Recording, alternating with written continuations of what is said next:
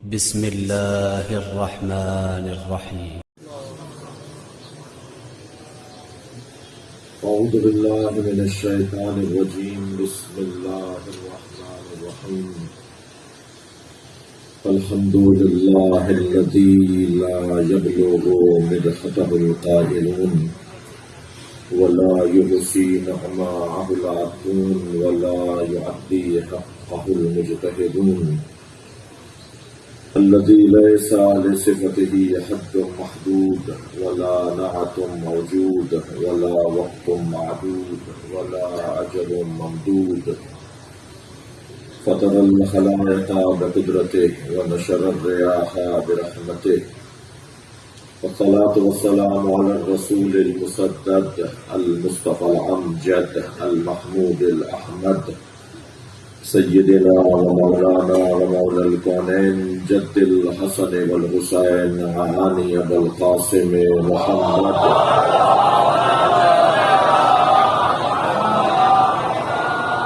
وآله الطيبين الطاهرين المعصومين الذين قال الله إنما يريد الله ليذهب عنكم الرجس أهل البيت ويطهركم تطهيرا.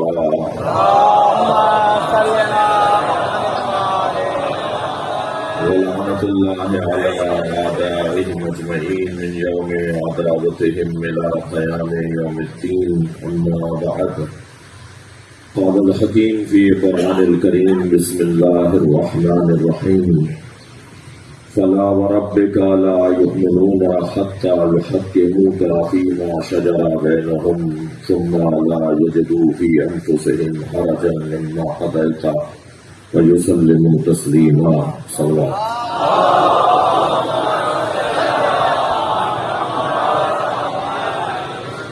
سورہ مبارکہ نساء کی آیت کریمہ ہے. اس سے پہلے کہ آیت اور اس کا ترجمہ اور اس کی تفسیر پر غور کریں، التماس کروں گا ایک سورہ فاتحہ اور 3 مرتبہ سورہ اخلاص تلاوت فرما لیجیے. مولانا سید محمد نقوی مرحوم عبدالحسین ابن بند علی، مرحوم غلام رضا ابن بند علی، ان کی دوسری برسی ہے. مرحومہ ممتاز زوجہ عبدالحسین، مرحوم فرزانہ، مرحومہ فرزانہ، مرحومہ ناہید، مرحومہ زوجہ بند علی، مرحوم غلام رسول، مرحوم مشتاق علی، مرحومہ زوجہ مشتاق علی، مرحومہ امینہ، مرحومہ فری، ابریش زہرا، آپ سب کے مرحومین کی مغفرت کے لیے اور ان مرحومین کے لیے خاص طور پر جناب خواجہ فقیر عاشق حسین کے، عاشق علی کے جو مرحومین ہیں، ان کے لیے جو قرآن پڑھا گیا ہے، ذکر پڑھا گیا ہے، ان سب کو آپ کے سورہ فاتحہ کے ساتھ تو پہلے چاہدہ معصومین ہدیہ کرتے ہیں ان مرحومین کے نام. رحم اللہ من قرأ الفاتحہ.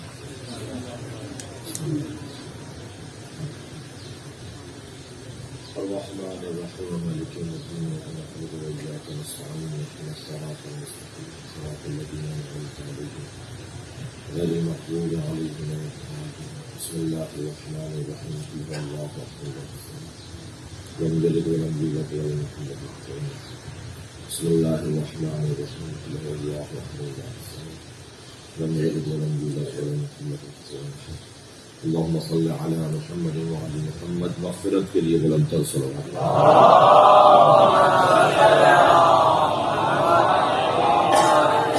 سورہ مبارکہ نساء ہے، آیت کا نشان ہے 65. اللہ اپنے حبیب کی عظمت کو بیان کر رہا ہے. ویسے بھی کائنات میں اگر کوئی بعد از خدا بزرگ ہے تو اسے مصطفیٰ ہے. ہم سب سنی شیعہ اور ایک اعتبار سے ہندو برادری جو مجلس میں آتی ہے وہ رسول اور نبی نہ مانتے ہوں مگر صادق اور امین مانتے ہیں، اور اللہ کے رسول نے اللہ کا کلمہ پڑھوانے سے پہلے اپنے کردار کا کلمہ پڑھوایا. وہ لوگ وہ لوگ زندہ رہتے ہیں، وہ لوگ حاکم رہتے ہیں، وہ لوگ بڑے شمار ہوتے ہیں کہ جن کا کردار روشن ہو۔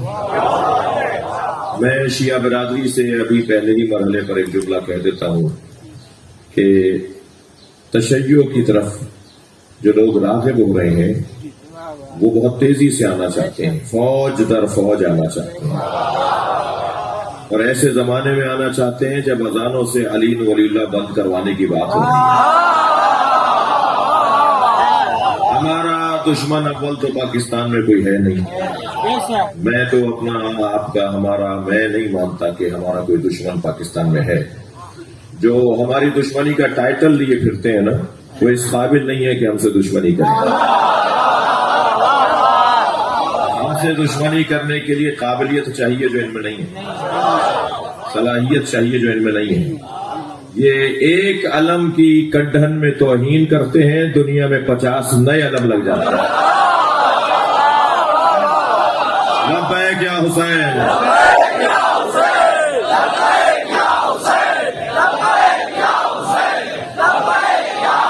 نرنتر صلوات پڑھیں گے نبی کی۔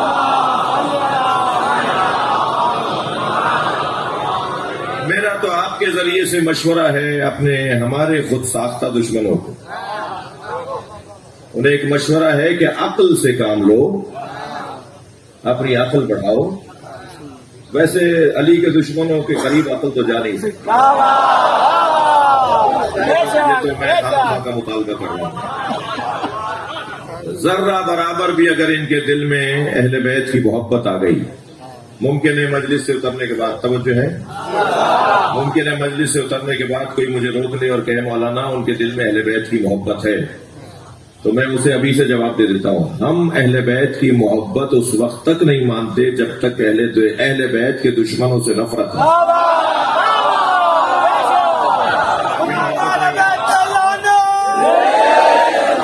یہ محبت نہیں ہے کہ آپ علی سے محبت کریں اور علی پہ تلوار چلانے والے کے لیے خاموش ہو جائیں۔ میں دعا دوں گا برادرم عزیزم جناب انجینئر محمد علی کو، بہت اچھا لمحہ فکریہ انہوں نے چھوڑا ہے۔ وہ فرماتے ہیں کہ اگر علی کے زمانے میں ہوتے تو وہاں علی کے ساتھ کھڑے ہو کر تلوار چلانے کو تیار تھے، آج بولنے کو تیار نہیں۔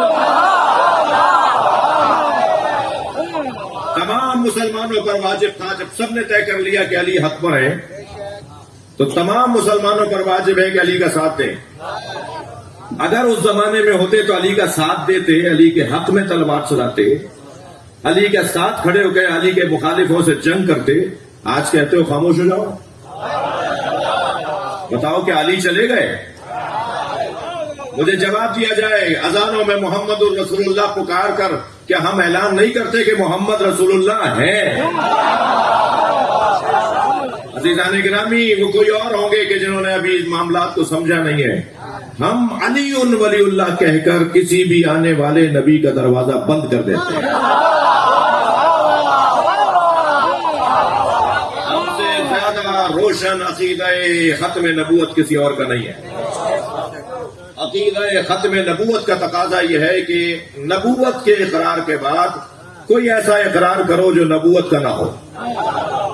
ولایت مولا کائنات کا اقرار کرنے والا مجمع، اور سنی بھائی ہماری جان ہے، سنیوں سے ہمارا پیار ہے۔ میں مسلسل ٹنگالہ یار میں خمسے سے خطاب کر رہا ہوں، تو پہلے دن ایک جوان آیا، اس نے کہا جی میں شیعہ ہونا چاہتا ہوں۔ دوسرے دن 2 جوان آئے۔ پھر ہم نے سوچا کہ یہ جو ویڈیو وائرل ہو رہی ہے خامخواہ کیوں کسی کا دل دکھائے، ہم کوئی سیاست تو کر نہیں رہے، ہم کوئی سیاسی جلسہ تو کر نہیں رہے، ہم تو امام حسین کی مجلس میں جوتیاں اتار کے بیٹھتے ہیں۔ کوئی بھی مجلس میں جوتیاں پہن کر نہیں بیٹھا، ہم سب جوتیاں باہر چھوڑ کر آئے۔ علی نے جوتیوں کا نام دنیا رکھا ہے، ہم اپنی دنیا چھوڑ کر آتے ہیں۔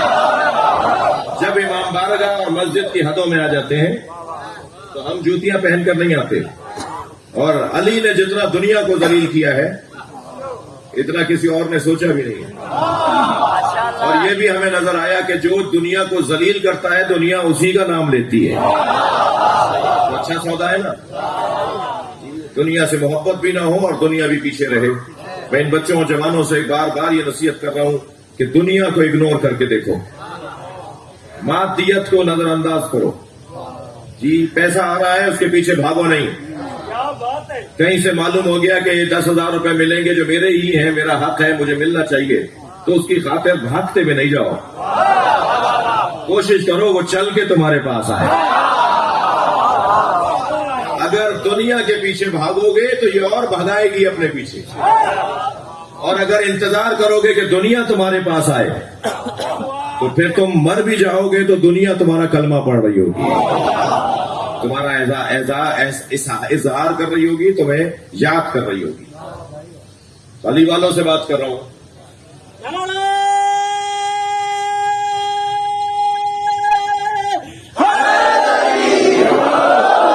مجھے تکلیف ہو رہی ہے جو دوست دھوپ میں بیٹھے ہوئے ہیں انہیں دیکھ کر، لیکن جتنی دیر یہ دھوپ میں بیٹھیں گے اتنا ان کا ثواب ہم سے زیادہ ہے.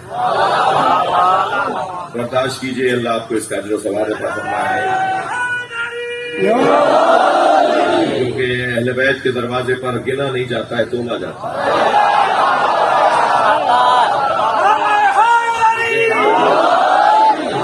یہ جو جتنی زحمت اٹھائے گا اس کا اتنا ہی مقام جاتا ہے. یہ وقت گزر جائے گا مگر اس وقت کا مزہ باقی رہے گا. جیسے مولا فرماتے ہیں نا کہ عبادت کرو، عبادت کا وقت گزر جائے گا مگر حلاوت باقی رہے گی. گناہوں سے بچو، گناہ کا وقت گزر جائے گا مگر تلخی باقی رہے گی. 20 سال بعد بھی وہ ایک لمحے کا جو گناہ ہوتا ہے نا، وہ 1 منٹ میں جو گناہ کیا ہوتا ہے، 20 سال بعد وہ بھی تکلیف دے رہا ہوتا ہے.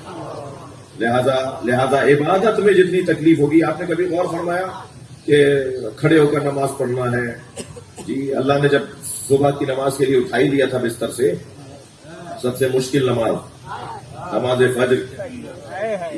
میں ان بچوں اور جوانوں سے گزارش کروں گا کہ اگر اپنی انسانیت بچانی ہے، اپنا ضمیر بچانا ہے، اپنی فطرت کو سالم رکھنا ہے تو نماز فجر قضا نہ کیا کرو.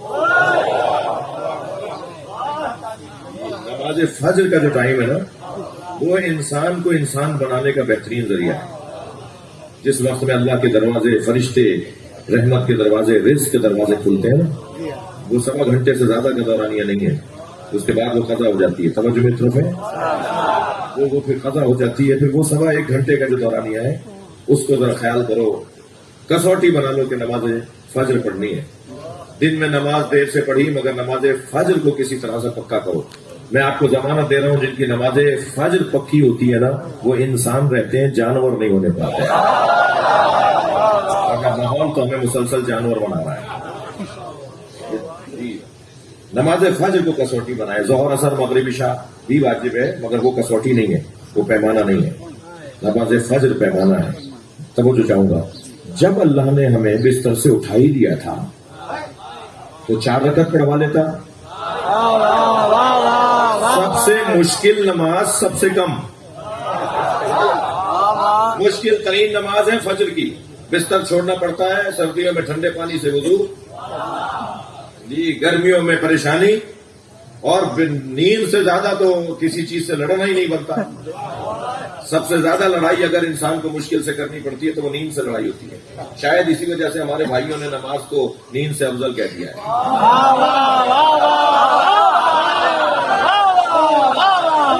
میرے ساتھ ہے یا نہیں آپ؟ اب یہاں آپ کی آمادگی مجھے بتا رہی ہے کہ ایک جملہ کہہ دو. اگر اذانوں سے علی ولی اللہ اور خلیفۃ بلا فضل نکالنے کی بات کرو گے تو پھر الصلاۃ خیر من النوم کو کہاں لے جاؤ گے؟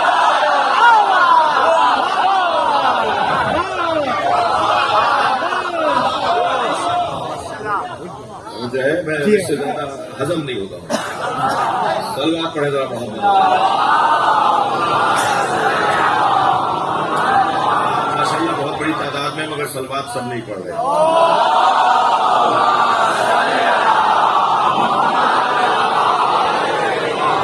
میرے جو سنی بھائی تشریف فرما ہیں میں ان سے خاص توجہ چاہوں گا. بات صرف اتنی سی ہے عزیزان گرامی کہ اللہ کے ہاں تولا جاتا ہے. اٹھا لیا تھا فجر کے لیے تو بس 2 رکعت ہی. کیا تمہاری رکعتیں مجھے نہیں چاہیے، تمہاری کیفیت چاہیے. اگر رکعتیں چاہیے ہوتی تو وہاں 4 رکعت پڑھواتا. بلکہ وہ تو مالک تھا 6 رکعت بھی پڑھوا لیتا، تو کہہ دیتا کہ 6 پڑھنی ہے صبح کی، لیکن نہیں، اسے 2 رکعت نہیں، اسے 4 رکعت نہیں، تمہاری کیفیت چاہیے۔ جب حضرت ابراہیم نے، توجہ، حضرت ابراہیم نے بتوں کو توڑا، سارے بتوں کو جا کے توڑائے، ایک بڑے بت کے گلے میں کلہاڑی لٹکا دی۔ حضرت ابراہیم نے کسی بت کی آنکھ پھوڑی، کسی کی کان کاٹا، کسی کی ناک کاٹی، کسی کی ٹانگ کاٹی، اور سارے بتوں کو ناقص بنا کر ایک بڑے بت کے گلے میں وہی کلہاڑی لٹکا دی۔ تو جب یہ لوگ آئے نا تو انہوں نے دیکھا کہ ایسا ہوا ہے، تو کہنے لگے یہ ہو نہ ہو اسی کا کام ہے جیسے ابراہیم کہتے ہیں۔ ایسا دیکھا نہیں تھا، مگر طریقہ واردات بتا رہا تھا کہ ہے کس کا۔ عزیزان گرامی، علی کا مارا ہوا جنازہ پکار کے کہتا تھا مجھے علی نے مارا ہے،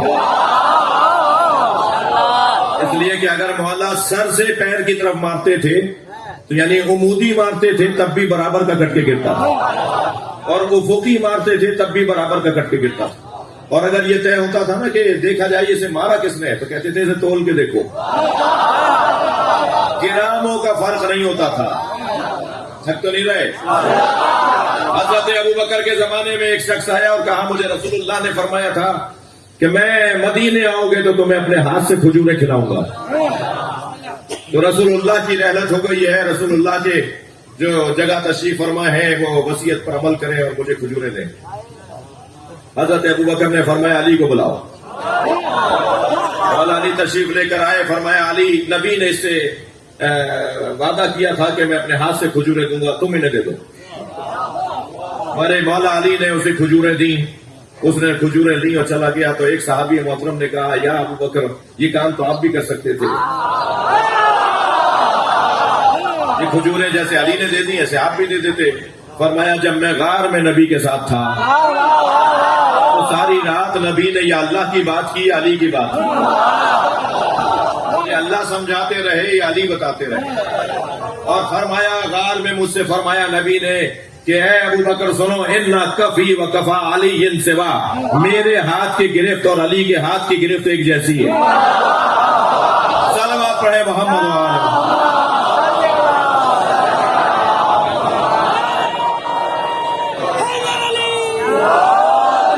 جو چاہوں گا مولا اگر عمودی مارتے تھے نا تب بھی برابر کا کٹ کے گرتا تھا، افقی مارتے تھے تب بھی برابر کا کٹ کے گرتا تھا، ایک تولہ ماشا گرام کا فرق بھی نہیں ہوتا۔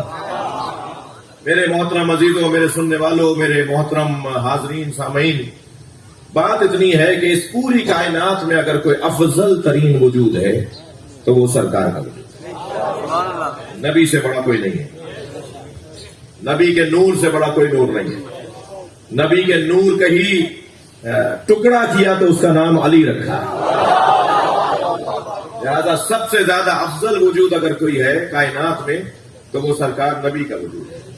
فرمایا جب اللہ نے میرے نور کو شگافتہ کیا تو اس میں سے جو نور نکلا اس کا نام علی رکھا۔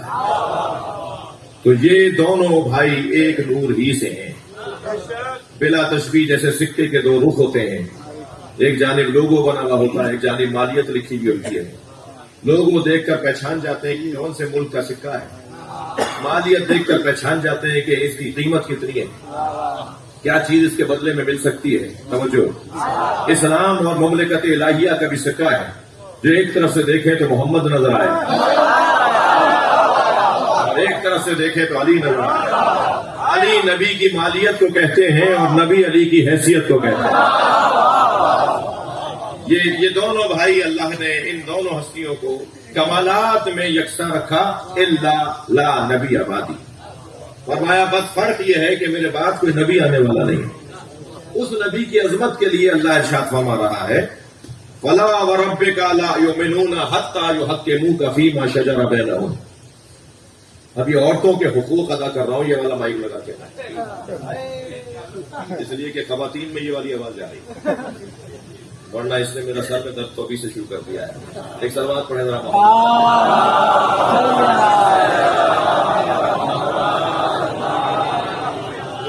ان کے بھی تو حقوق ہے نا، جو بیچاریاں آئی ہوئی ہیں اپنے ساتھ بچوں کو بھی لائی ہوئی ہیں، آپ تو بچے انہیں چھوڑ کر آ گئے، دے کر آ گئے، وہ مجلس بھی سنیں اور بچے کو بھی سنبھالیں، اور مجلس میں بھی بیٹھیں اور بچے کو بھی سنبھالیں۔ اور واقعا میں تو اپنے نظریے کا اظہار کر رہا ہوں میں تو اپنے نظریے کا اظہار کر رہا ہوں کہ ہم اگر آج مولائی ہیں تو اپنی ماؤں کی وجہ سے.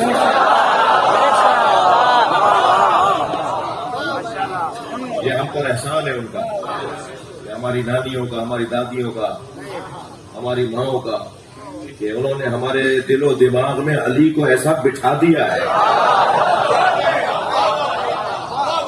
یہ مرحومات ہماری جو مائیں دادیاں مرحومات ہیں نا، ان کی مغفرت کے لیے صلوات.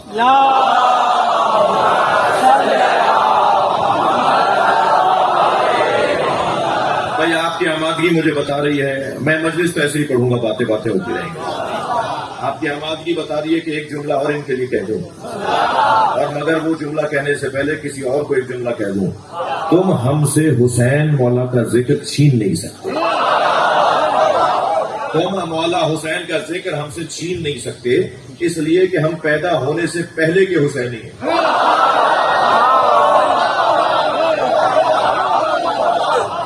ڈاکٹر حضرات بیٹھے ہوئے ہیں، اور ہمارے نندو اور کنٹن کے تو ماشاءاللہ ہر گھر میں 4 ڈاکٹر ہیں، اور ماشاءاللہ یہ علاقہ جو ہے وہ ڈاکٹروں کا علاقہ ہے. خوشی ہوتی ہے. سلہار میں بھی ایسے ہی، آپ بھی تو ایسے ہی ہیں. سلوات پڑھ رہا ہوں.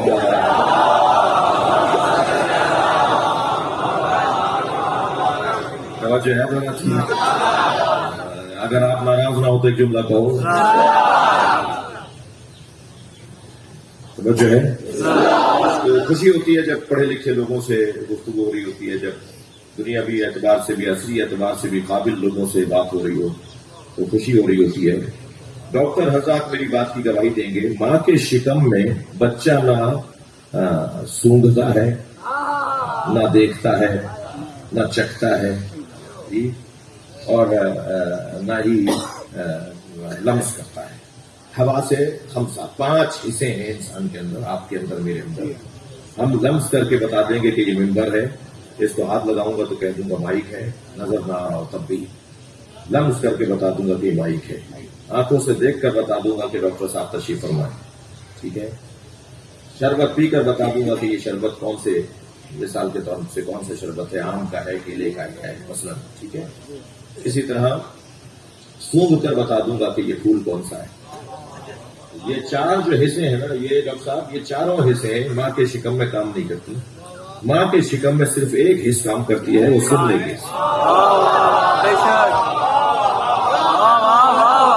بچہ ماں کے شکم میں سن رہا ہوتا ہے، بچہ ماں کے شکم میں سن رہا ہوتا ہے. تبھی ہم کہتے ہیں کہ حاملہ عورتوں کو چاہیے کہ وہ قرآن سنیں یا حسین کو سنیں. جتنا وہ قرآن کو سنیں گی، بچہ دنیا میں آنے سے پہلے اس سے آشنا ہوگا، اس کے لیے نئی بات نہیں ہوگی. ہماری ماؤں کا ہم پر احسان ہے کہ یہ ہمیں ان دنوں میں بھی مجلس میں لے جاتی تھی، اور ہم جب مجلس میں اپنی ماں کے شکم میں جاتے تھے نا، اور نوحہ سنتے تھے اور مولا حسین کا نام سنتے تھے، تو ہم دنیا میں آنے سے پہلے اس نام سے آشنا تھے. صلوات پڑھیں محمد و آل محمد.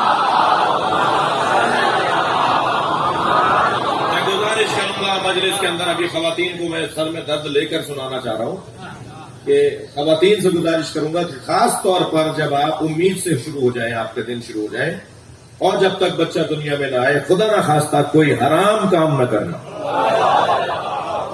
کوئی ایسا کام نہ کرنا جو بچے کی تربیت پر فرق ڈالے، کوئی ایسی بات نہ سننا جو بچے کو بھی سنائی دے. خبردار کوئی غیبت نہ کرنا، بچہ منافق پیدا ہوگا. بڑی ذمہ داریاں بنتی ہیں امید سے ہو جانے والی ماں کے لیے، اس لیے کہ اب وہ اپنے لیے نہیں جی رہی، وہ اب ایک معاشرے کے لیے جی رہی ہے، وہ اب کسی اور کی خاطر جی رہی ہے. تو اسے 4 دفعہ سوچنا ہوگا کہ مجھے یہاں جانا چاہیے یا نہیں جانا چاہیے. اس کے سامنے اگر کوئی غیبت کر رہا ہو تو اسے ٹوک دو کہ بھائی اب مسئلہ صرف میرا نہیں ہے، مسئلہ تو ایک امانت الہیہ کا ہے جو میرے پاس منتوں کے بعد آئی ہے. کوئی پوچھے ان ماؤں سے جن کے اولادیں نہیں ہو رہی، جو کہاں کہاں جا کر علاج نہیں کروا رہی اور جو کہاں کہاں جا کے دعائیں نہیں مانگ رہی، ان سے پوچھے کہ اس بچے کی قدر کیا ہے. جب یہ بچہ تمہارے پاس آ ہی گیا ہے تو اب اس بچے کی قدر کرو، اسے مومن بناؤ، منافق نہ بناؤ.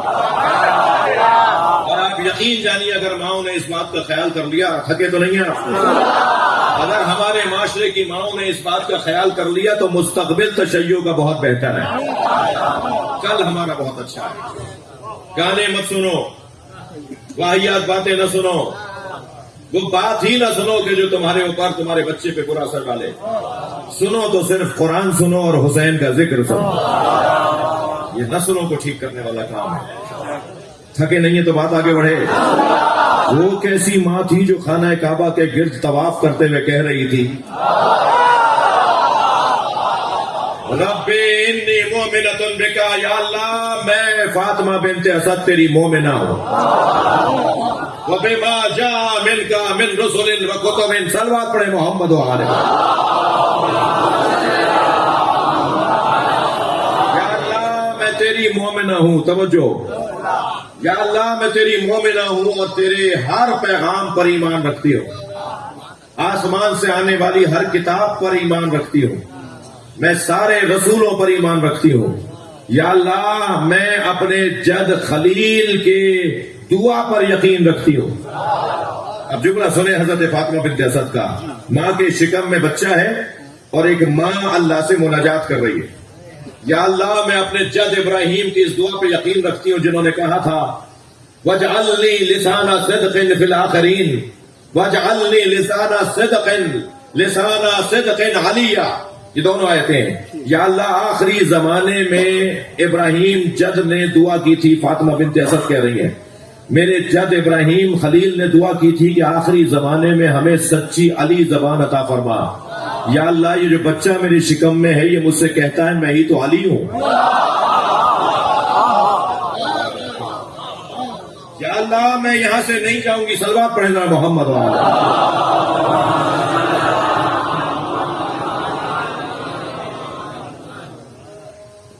اذان کا اچھا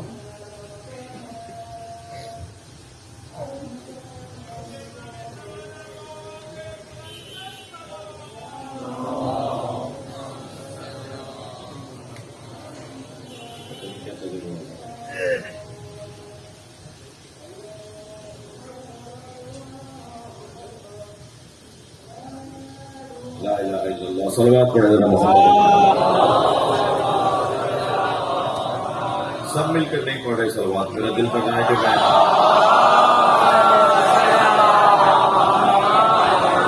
میں یا اللہ میں یہاں سے نہیں جاؤں گی جب تک کہ اس بچے کی ولادت مجھ پہ آسان نہ ہو جائے.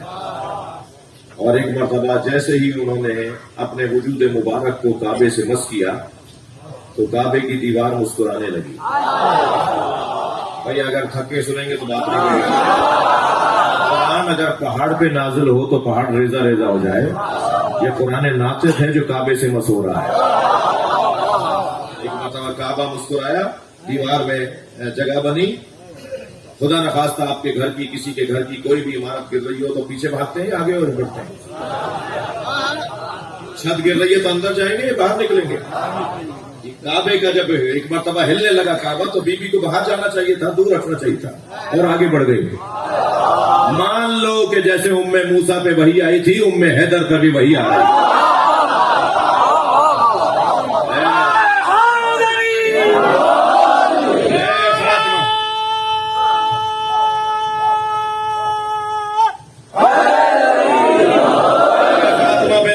میرے اندر آ جاؤ. ابھی بھی اندر چلی گئی اور جب اندر چلی گئی تو دیوار دوبارہ سے جڑ گئی. اور پھر آپ نے دیکھا کہ ماجرا کیا ہے کہ ایک مرتبہ 3 دن تک تو پورا مکہ جب تک جمع نہیں ہو جائے گا تالا کھلے گا ہی نہیں. جاتے ہوئے تو ایک نے دیکھا ہے، آتے ہوئے پورا مکہ دیکھے گا. سنی شیعہ نے لکھا ہے کہ مولا کی یہ فضیلت کہ علی کعبے میں پیدا ہوئے ہیں یہ علی کے ساتھ ہی مخصوص ہے. اور سنی شیعہ علماء نے اس کو لکھا ہے. اور کوئی ایک آدھ دو کہیں ٹی وی پہ بیٹھ کے بات کر دیتا ہے تاکہ الجھن ڈال دے تو کوئی پریشانی کی بات نہیں ہے. اور اس لیے بھی پریشانی کی بات نہیں ہے کہ کعبے میں ولادت علی سے علی کی عزت میں اضافہ نہیں ہوا ہے، کعبے کی عزت میں. جب میرے مولا چوتھے زینے پر جا کے بیٹھے نا، چوتھے حکومت میں، پہلے زینے دوسرے زینے کو چھوڑ کر چوتھے زینے پر جہاں نبی بیٹھتے تھے وہاں جا کے بیٹھے مولا علی. تو حضرت عمار برابر میں بیٹھے تھے ممبر کے. تو مولا علی نے دیکھا کہ لوگ سرگوشی کر رہے ہیں، کان میں ایک دوسرے سے کچھ باتیں ہو رہی ہیں. تو مولا نے حضرت عمار سے پوچھا عمار یہ کیا باتیں کر رہے ہیں؟ حضرت عمران نے فرمایا یا علی یہ کہہ رہے ہیں کہ آپ وہاں بیٹھ گئے جہاں نبی بیٹھتے تھے. تو میرے مولا نے ایک مرتبہ ممبر پہ ایسے ہاتھ مارا, فرمایا ماں ہاتھ ہلاوات, یہ لکڑیوں کا ڈھیر کیا ہے, انا راکب و کتر النبی. صلوات پڑھیں گے.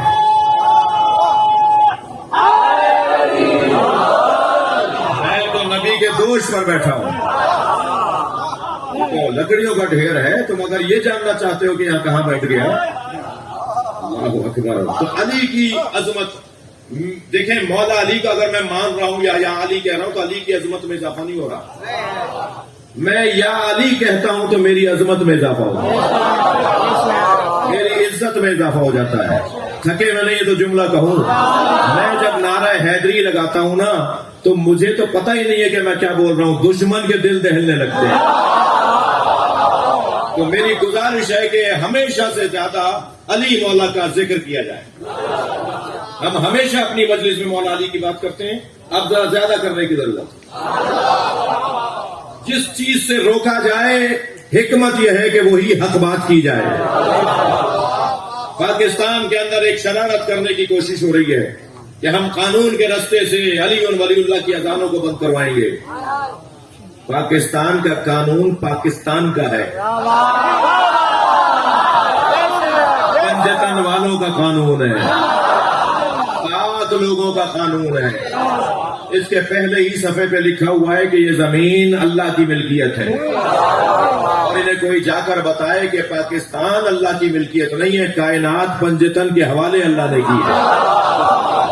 یہ پوری کائنات کا اختیار پروردگار عالم نے پنجتن کو اہل بیت کو عطا کیا ہے. مالک اللہ ہے, ملکیت کا اظہار ان سے ہوتا ہے. خالق اللہ ہے, اظہار وجود ان سے ہوتا ہے. رازق اللہ ہے, بٹتا ان کے ہاتھ سے ہے. تھک رہے ہیں آپ میری باتوں سے. میرے مولا سجاد فرماتے ہیں ان اللہ یقسم ارزاق العباد, اللہ نے بندوں کے رزقوں کو معین کیا ہے. وَعَلَىٰ أَيْدِينَا يُجْرِيهَا, اور ہمارے ہاتھوں تقسیم کیا ہے. ہم ان کے تو فیل کھا رہے ہیں بھائی, ان کے ذریعے سے ہمیں مل رہا ہے. تھکے نہیں میری باتوں سے. پاکستان کے وزارت کھیل میں کرکٹ کی ٹیم میں 11 کھلاڑی میدان میں اترتے ہیں, 12ویں کو وہ ریزرو میں رکھتے ہیں. ضرورت پڑنے پر اسے بھیجا جاتا ہے. توجہ ہے نا, یہ صرف پاکستان میں نہیں پوری دنیا میں ایسا ہی ہے. 11 میدان میں اترے ہوئے ہوتے ہیں اور 12ویں کا انتظار کیا جا رہا ہوتا ہے. ضرورت پڑے گی تو اسے بھیج دیا جائے گا. یہ 12 کی وجہ سے ایک وزارت چل رہی ہے جس میں ہزاروں لوگوں کو نوکریاں ملی ہیں. اگر یہ 12 ہٹا دیے جائیں تو تنخواہیں بند ہو جائیں گی. یہی ہم سمجھانا چاہتے ہیں. اس پوری کائنات میں رزق اگر مل رہا ہے تو ان 14 کی وجہ سے مل رہا ہے. ان کا تصور اگر تم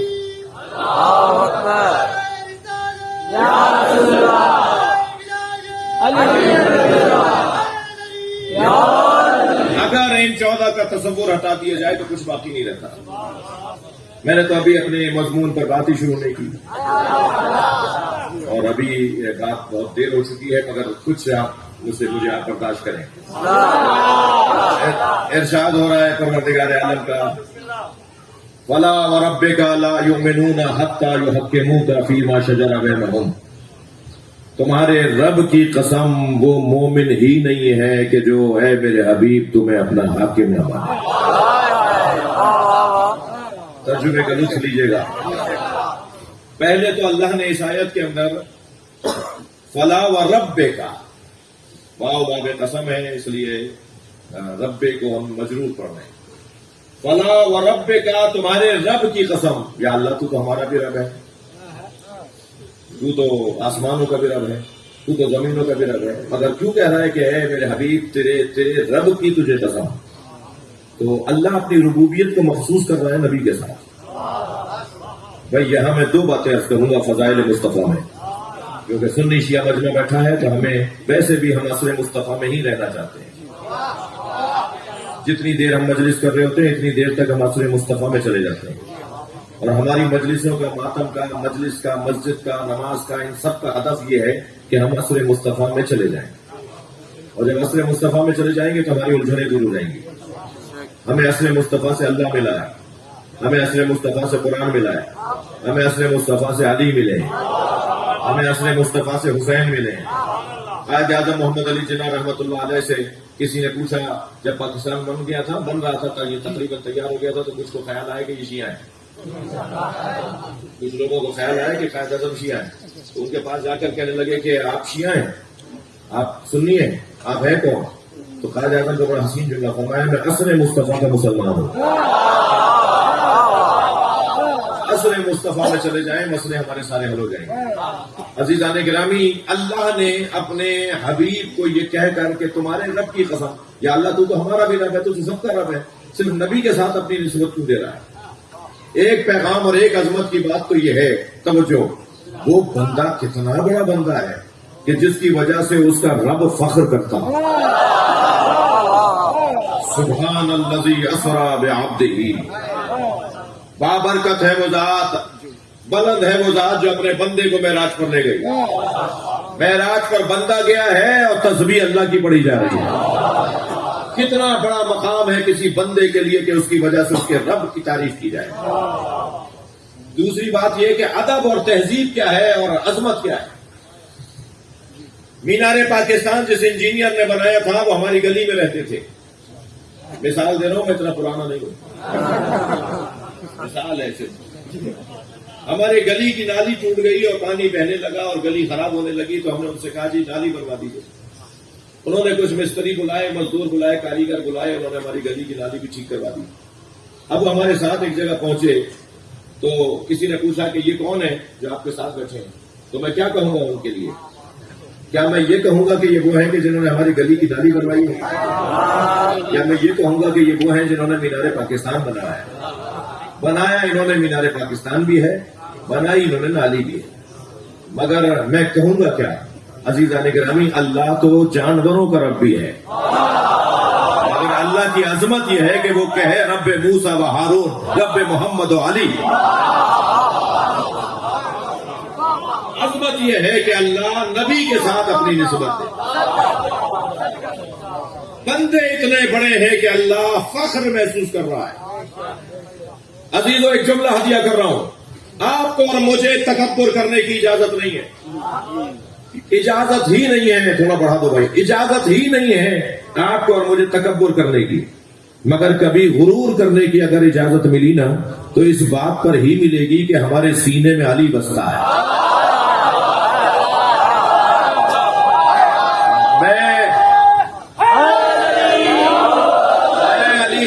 گزارش کر رہا ہوں کہ جب بازار میں گھوما کرو تو پیسے کی بنیاد پر سے گردن ٹیڑھی نہ کیا کرو۔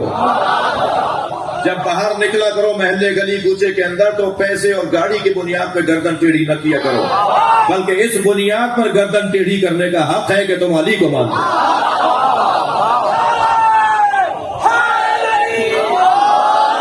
یقین جانیے میرا آدھا پاؤ خون بڑھ جاتا ہے جب ہمارے معاشرے کے حیثیت والے لوگ چار لوگوں میں بیٹھ کے کہتے ہیں الحمدللہ میں شیعہ ہوں۔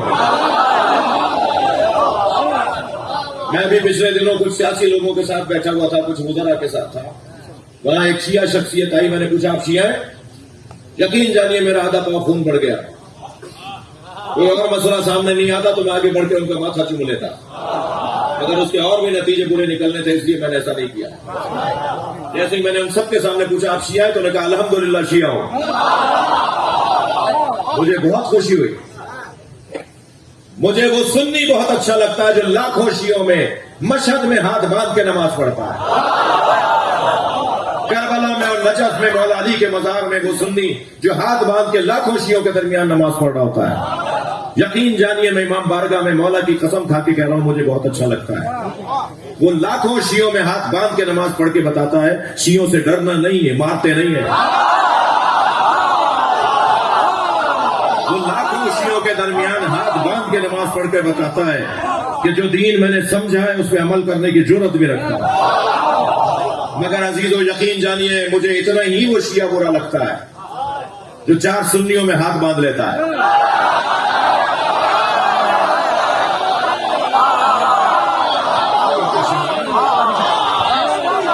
تم پشیمان ہو علی کو مانتے ہو، نادم ہو کہ علی کو مانتے ہو؟ میرا یہ جملہ تکراری ہے، سینہ ٹھوک کے قوالی والا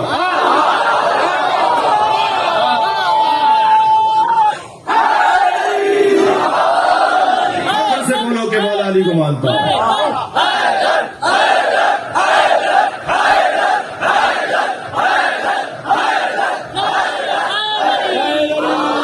صلوات پڑھیں گے نبی کے بعد۔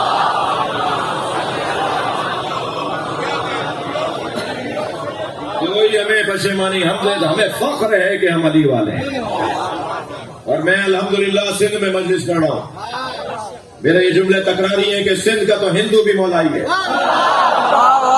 اس حسن کو باقی رکھیے۔ میری آرزو ہوگی یہ تھر کے علاقوں کے ہندو، یہ آپ کے بدین کے ہندو، یہ یہاں کے جو ہندو ہیں، کوئی ڈھونڈ کے نکالیے۔ میں ایک مجلس تو پڑھتا ہوں، میں آپ کی مجلس چھوڑ دوں گا، ہندو کے جا کے پڑھوں گا۔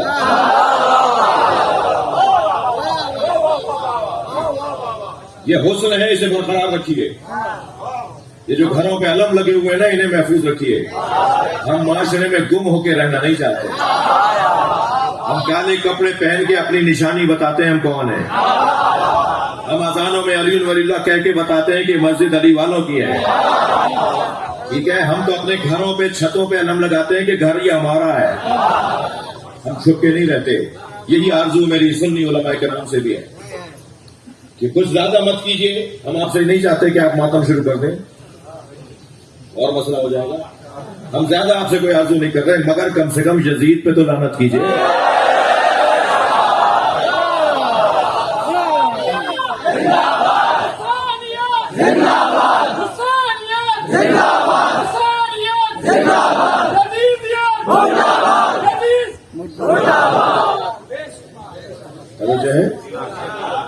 یہ تو کم سے کم کر لیجیے، طے کر دیجیے بھائی، طے کر دیجیے کہ آپ کون سے قبیلے میں۔ یزید سے لا تعلقی کا اظہار کیجیے، ورنہ مسئلہ کچھ اور ہو جائے گا۔ اور یہ باتیں پرانی ہو گئی کہ سن 61 ہجری میں حسین شہید ہوئے تھے، یہ ہر سال ذکر کیوں مناتے ہیں؟ جب تک دنیا میں ایک بھی یزیدی زندہ ہے، ذکر حسین ہوتا رہے گا۔ کیا حسین،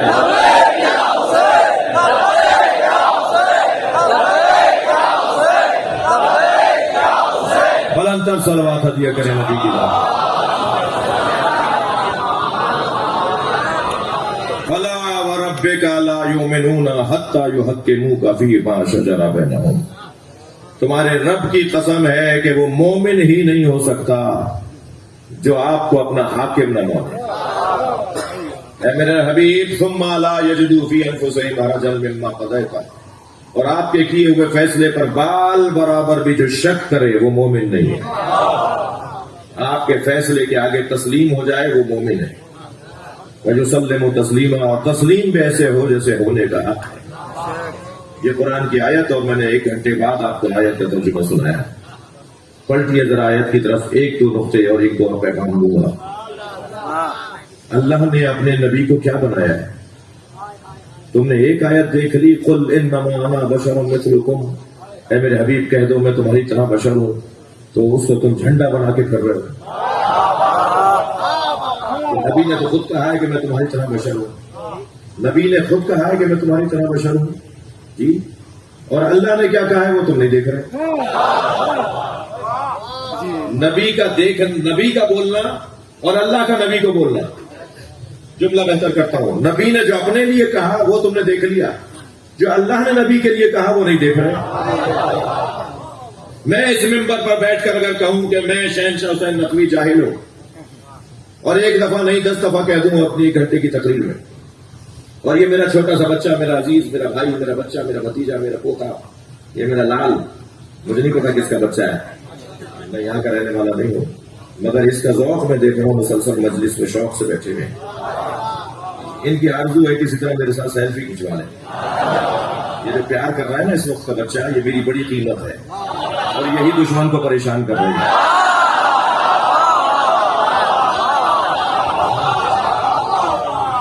لہذا میرے بڑے عزیز ہیں یہ، مجھے جوانوں کا تو میں ہاتھ چوم رہا ہوں اپنے تصور میں، بزرگوں سے مجھے دعا چاہیے۔ مجلس ختم ہو گئی، اس بچے سے پوچھ لیا کسی اس کے پڑوسی نے کہ کہاں سے آ رہے ہو؟ کہا جی مجلس میں سے آ رہا ہوں۔ کون پڑھ رہا تھا؟ مولانا جاہل۔ کسی نے اس بچے سے پوچھا کہ کہاں سے آ رہے؟ کہا جی مجلس میں سے آ رہا۔ کون مجلس پڑھ رہا تھا؟ کہنے لگے مولانا جاہل۔ تو اگر پوچھنے والا سمجھدار ہوگا تو کہے گا مولانا تھے تو جاہل نہیں تھے، اور جاہل تھے تو مولانا نہیں تھے۔ اس لیے کہ مولانا ہو اور جاہل ہو یہ باتیں تو جڑتی نہیں۔ تو بیٹا بری بات، مولانا کو جاہل نہیں کہتے۔ تو اور یہ پڑھ کے کہتے کہ خود وہ کہہ رہے تھے، میں نے تھوڑی کہا ہے، وہ تو میں مجلس میں ان کے آگے بیٹھا ہوا تھا، انہوں نے 4 دفعہ کہا کہ میں جاہل ہوں، اس لیے میں نے آپ کو کہہ دیا کہ وہ جاہل ہے۔ تو وہ کہے گا بیٹا خبردار، اگر انہوں نے اپنے منہ سے کہا ہے تو تم نہیں بولو۔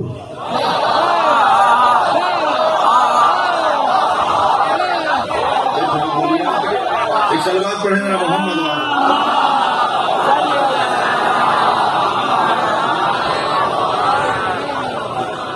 بات پہنچ گئی نا بیٹا، اگر انہوں نے اپنے منہ سے کہا ہے تو خبردار تم نہیں بولو۔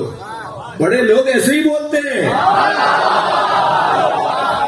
صلوات پڑھیں محمد و آل محمد۔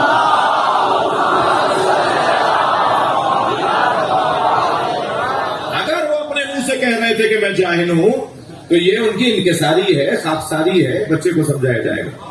یہ ان کا تواضع ہے، یہ ان کا اپنی ذات کی نفی کرنا ہے، یہ ان کی انکساری ہے۔ تم اپنے منہ سے نہیں بولو۔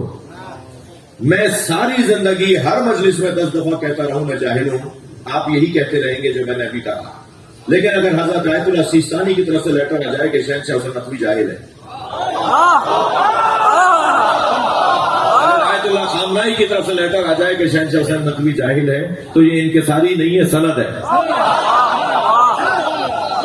نبی کہہ رہے ہیں میں تمہاری طرح بشر ہوں، اللہ کہہ رہا ہے یہ تمہارے اوپر حاکم ہے۔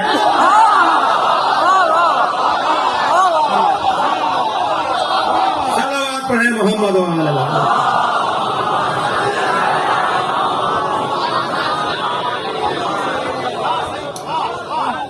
نبی کا کہنا کہ میں تمہاری طرح بشر ہوں یہ انکساری شمار کیا جائے گا، یہ نبی کے اخلاق کا حصہ شمار کیا جائے گا، یہ ذات کی نفی شمار کی جائے گی۔ تم اللہ سے پوچھو کہ یہ کیا ہے۔ میں جب اللہ سے پوچھنے چلا تو مجھے تو عجیب منظر نظر آیا، مجھے تو ایسا لگا جیسے اس کائنات میں اللہ کو نبی کے علاوہ کچھ نظر ہی نہیں آتا۔ رجل ہے، کین ہے، لسان ہے، اذن ہے، کبھی پنڈلیاں نظر آتی ہیں نبی کی، کبھی نبی کے پیر اللہ کو نظر آتے ہیں، کبھی نبی کے کان اللہ کو نظر آتے ہیں، کبھی نبی کی آنکھیں اللہ کو نظر آتی ہیں۔ یہ سجا سجا کر اللہ نے بھیجا۔ ساری دنیا سے اللہ کہتا ہے کہ بستر چھوڑو مصلے پر آ جاؤ، بستر چھوڑو مصلے پر آ جاؤ، اور اپنے حبیب سے کہتا ہے قم اللیل الا قلیلا، کبھی بستر پہ بھی چلے جائے گا۔ صلوات پڑھیں محمد و آل محمد۔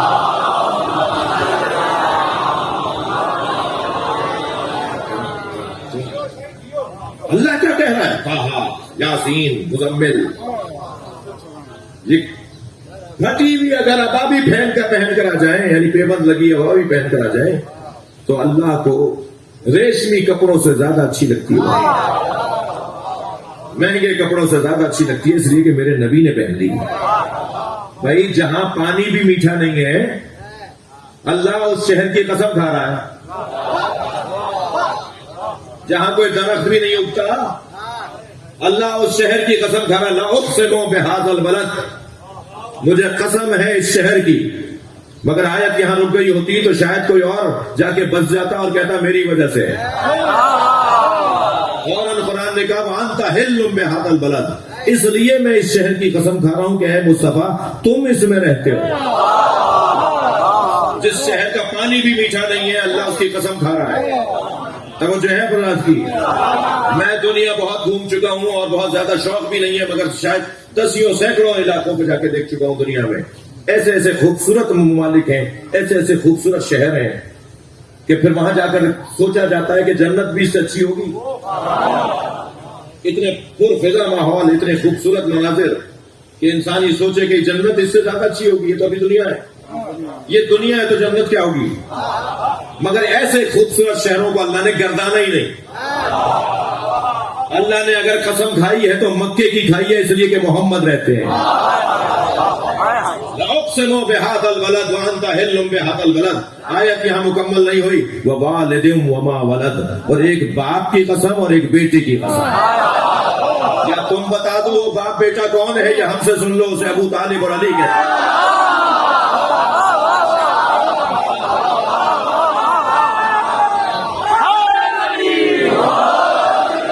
جس شہر میں مصطفیٰ اور ابو طالب اور علی رہتے ہیں،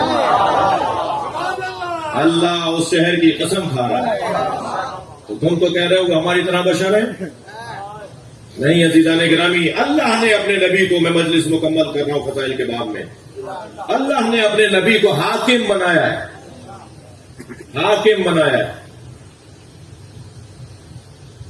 میں تمہارے رب کی قسم، تم حاکم ہو مومنین کے اوپر، اور جو تمہیں حاکم نہ مانے وہ مومن نہیں ہے۔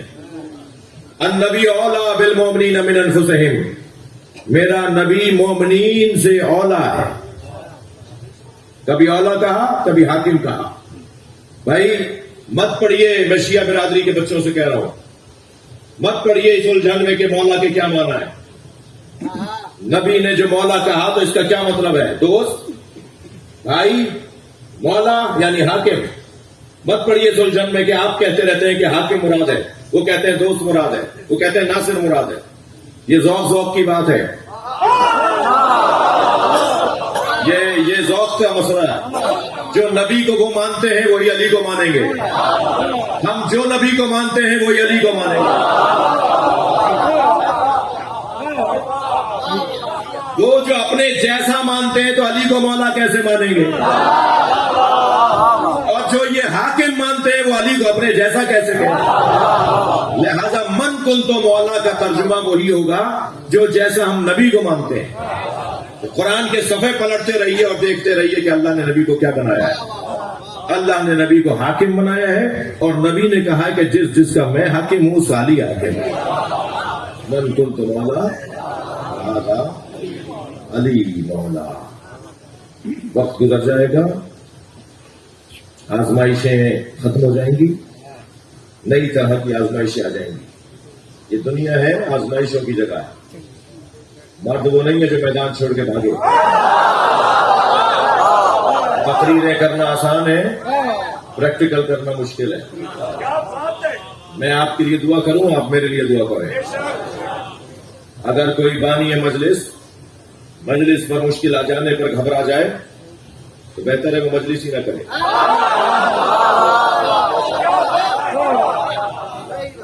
پہلا مسئلہ کیا ہے؟ امام یاد کریں، ایسے کام کر جاؤ، حسین کہنے کی جرت رہی تو مر جاؤ۔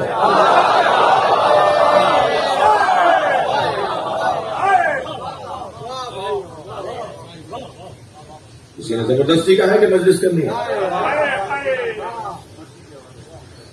عزاداری ہمارا قانونی، شرعی، اخلاقی، فطری حق ہے۔ سارے ہمارے دوست چپے چپے پہ مدرسہ بناتے ہیں، ہم انہیں مبارکباد پیش کرتے ہیں۔ ہم چپے چپے پہ مدرسہ نہیں بناتے، ہم چپے چپے پہ علم لگاتے ہیں،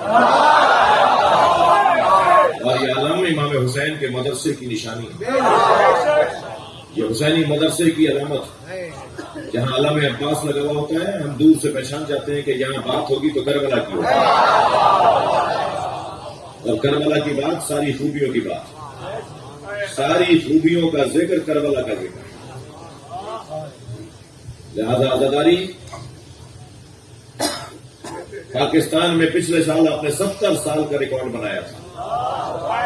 میرے بچوں جوانوں اپنے جملوں کو ٹھیک کرو، ہم ریکارڈ توڑتے نہیں ہیں، بناتے ہیں۔ بعض لوگ لکھتے ہیں کہ ہم نے ریکارڈ توڑ دیا تھا، ہم توڑنے کے لیے تو پہلے ہی نہیں ہوئے۔ ہر دور اپنا ریکارڈ بناتا ہے، ہر شخص اپنا ریکارڈ بناتا ہے۔ آپ بنا کر توڑتے تو نہیں ہے نا، وہ ان کا کام تھا جو ہم سے پہلے والے کر گئے۔ انہوں نے اپنے زمانے کا ریکارڈ بنایا تھا، یہ توڑ تھوڑی رہے ہیں ریکارڈ، ہم اپنا ریکارڈ بنا رہے ہیں۔ پچھلے سال آپ نے 70 سال کا ریکارڈ بنایا تھا، اس سال آپ ایشیا کا 70 سال کا ریکارڈ بنائیں گے۔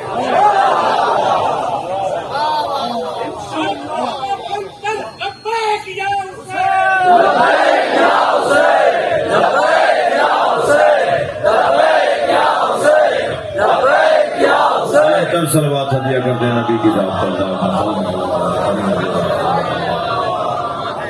معاف کیجیے گا، میں نے آپ کو بہت دیر بٹھایا. آپ کو میری وجہ سے اور مجھے آپ کی وجہ سے ثواب ملا، اور ہم اپنے اس ثواب کو اپنے مرحومین جتنے بھی آئے ہوئے ہیں مسلمان سنی شیعہ ان کے مرحومین کے لیے، خاص طور پر بانی مجلس جناب ڈاکٹر صاحب، جناب اشرف صاحب، ان کے خانوادے کے لوگوں کی طرف سے، بہنوں اور بھائیوں اور سالوں اور خانوادے کی طرف سے جو مجلس کا انتظام ہوا ہے، ان کے مرحومین کے لیے عزیزوں، ہمارا تو صرف ایک ہی مطالبہ اور خواہش ہے، وہ یہ کہ کسی طرح ہمارا آخری وقت بھی حسین کے ساتھ ہی رہے.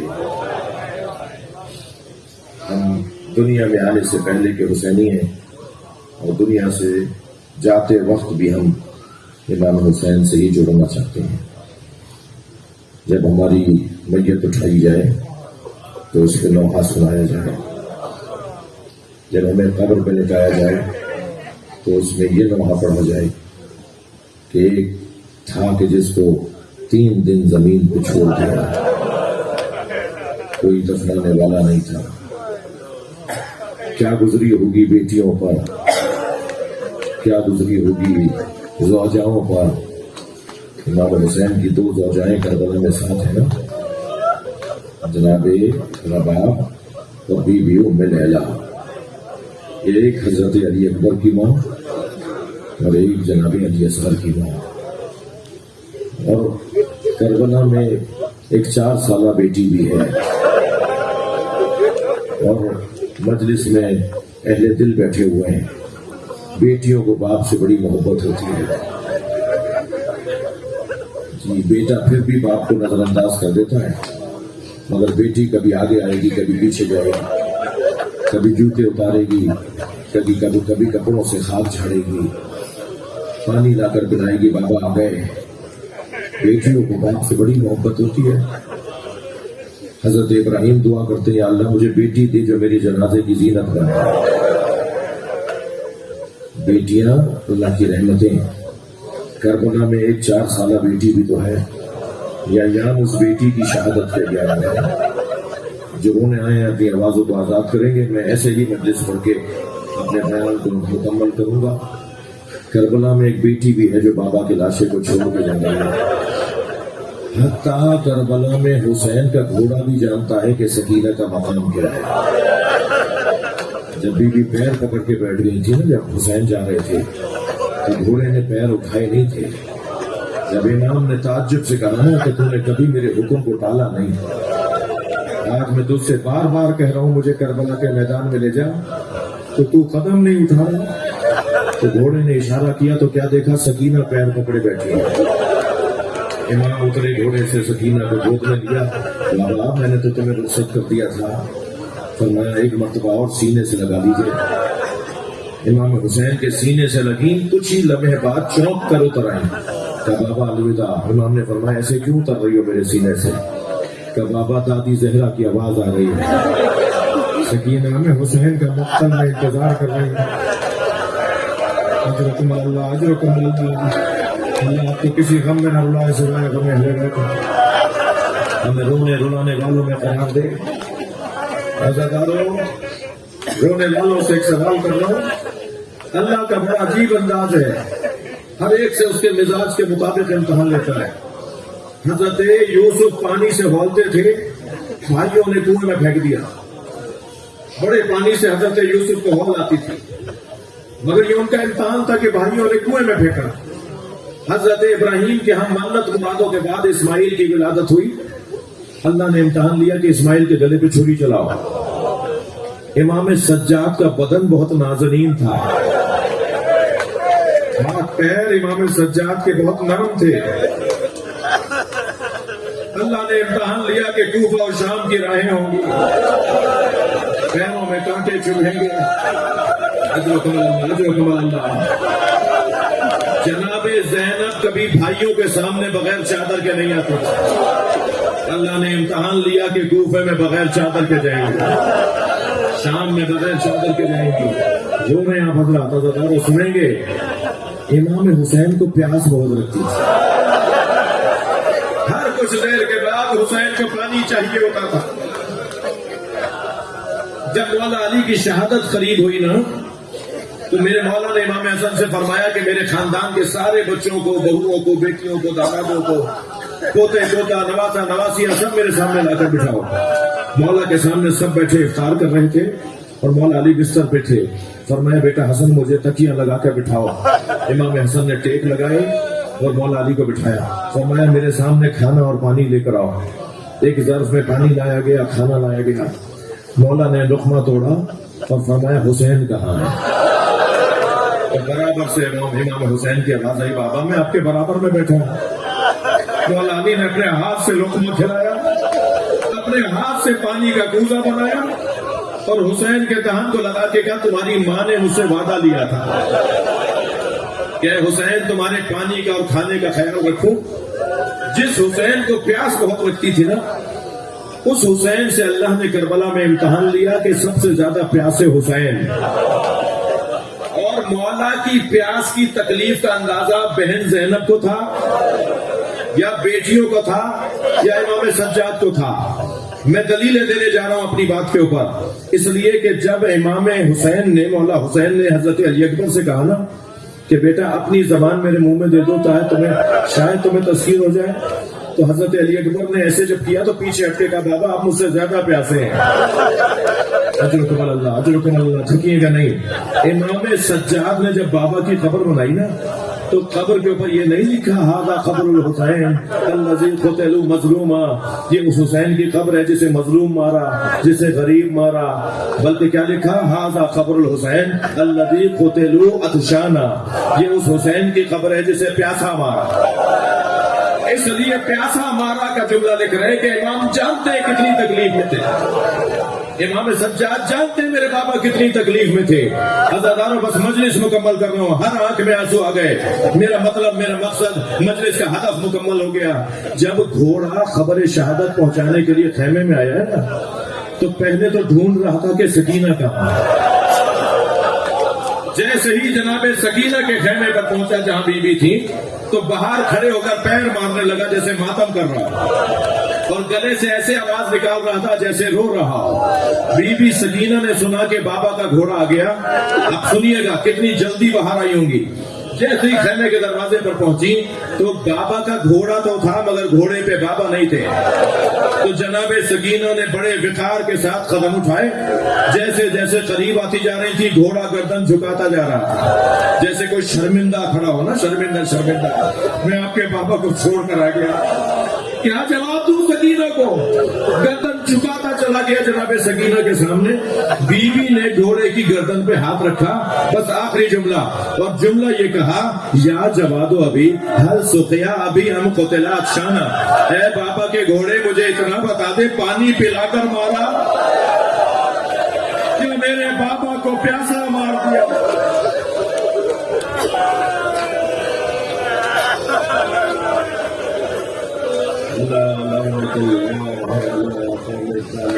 یا اللہ